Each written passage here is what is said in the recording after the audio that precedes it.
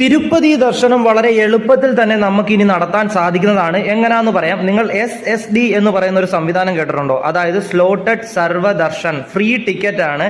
ഈ ഒരു സാധനം 10,000 വെച്ച് അങ്ങനെ 30,000 വെച്ച് 3 സ്ഥലങ്ങളിലായിട്ടാണ് ഈ ഒരു ടോക്കൺ കൊടുക്കുന്നത്. അതായത് സ്ലോട്ടഡ് സർവദർശൻ ഫ്രീ ടിക്കറ്റ് കൊടുക്കുന്നത്. ഒന്നാമത്തേത് നമ്മുടെ റെയിൽവേ സ്റ്റേഷന്റെ ഓപ്പോസിറ്റ് ആയ വിഷ്ണു നിവാസം കോംപ്ലക്സിലും, രണ്ടാമത്തേത് ബസ് സ്റ്റാൻഡിന്റെ അടുത്തുള്ള ശ്രീനിവാസ കോംപ്ലക്സിലും, പിന്നെ നമ്മുടെ അലിപ്പിരി നടപ്പാതയില്ലേ അതിന്റെ അടുത്തുള്ള ഭൂദേവി കോംപ്ലക്സിലും. ഈ 3 സ്ഥലത്താണ് സ്ലോട്ടഡ് സർവദർശൻ അഥവാ ഫ്രീ ടിക്കറ്റ് കൊടുക്കുന്നത്.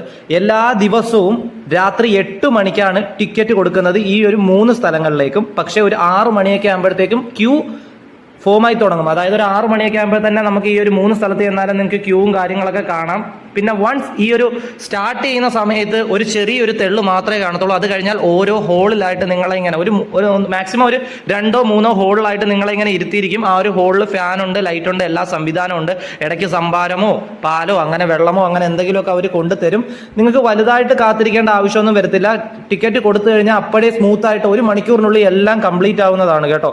അപ്പൊ ഈ ശ്രദ്ധിക്കേണ്ട ഒരു കാര്യം, അതായത് ഇന്ന് രാത്രി, അതായത് എല്ലാ ദിവസവും രാത്രി 8 മണിക്ക് കൊടുക്കുന്ന ടിക്കറ്റുകൾ അടുത്ത ദിവസത്തെ ദർശന സമയമാണ്. അതായത് അടുത്ത ദിവസം 12 മണി, ഉച്ചയ്ക്ക് 12 മണി തൊട്ട് രാത്രി 10 മണി വരെയുള്ള ടോക്കൺ ആണ് നമുക്ക് തലേ ദിവസം രാത്രി കിട്ടുന്നത്. അപ്പൊ അതൊന്ന് ശ്രദ്ധിക്കുക. ഫ്രീ ആയിട്ടാണ് നമുക്ക് ഈ ഒരു ടിക്കറ്റ് കിട്ടുന്നത്. ഈ ഒരു ടോക്കൺ നമുക്ക് കിട്ടുമ്പോൾ ആ ഒരു ടോക്കണിൽ തന്നെ നമുക്കൊരു ലഡുവും ഫ്രീ ഉണ്ട് കേട്ടോ.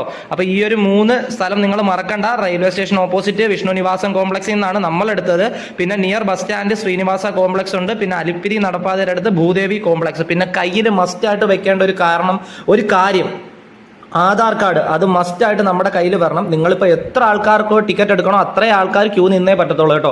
അവരവരെ ആധാർ കാർഡുമായിട്ട് അവരവർ നിൽക്കണം. ഇതൊക്കെ ഒന്ന് ശ്രദ്ധിക്കേണ്ട കാര്യമാണ്. പിന്നെ ഇത് കൂടാതെ വേറൊരു എന്ന് പറഞ്ഞു കഴിഞ്ഞാൽ ദിവ്യദർശനം. അത് ടിക്കറ്റ് ഒന്നും വേണ്ട, നേരെ ഡയറക്റ്റ് തിരുപ്പതിയിൽ നിന്ന് വണ്ടി കയറി തിരുമലയിൽ എത്തുക. അത് മാക്സിമം ഒരു 10 മണിക്കൂറൊക്കെ എടുക്കും നമുക്ക് കാണാനായിട്ട്. ചിലപ്പോൾ 8-9 മണിക്കൂർ തിരക്കൊന്നും ഇല്ലെങ്കിൽ. പക്ഷെ ഞാൻ ഈ പറഞ്ഞ SSD സ്ലോട്ടഡ് സർവദർശൻ ടോക്കൺ എടുത്തു കഴിഞ്ഞാൽ മാക്സിമം ഒരു 4-3-5 മണിക്കൂറിനകം നിങ്ങൾക്ക് ഭഗവാൻ തീർച്ചയായും നല്ലതുപോലെ ദർശനം തന്ന് സഹായിക്കുന്നതാണ് കേട്ടോ. വലിയ ബുദ്ധിമുട്ടോ കാര്യങ്ങളോ ഒന്നുമില്ല. ഇനിയിപ്പോൾ ഫ്രീ ക്യൂ ആണെങ്കിൽ പോലും, ഒരു ടിക്കറ്റും ഇല്ലാതെ പോലും ആണെങ്കിൽ ഒരു 10 മണിക്കൂർ എടുക്കുമെന്നൊക്കെ ഞാൻ പറഞ്ഞില്ലേ.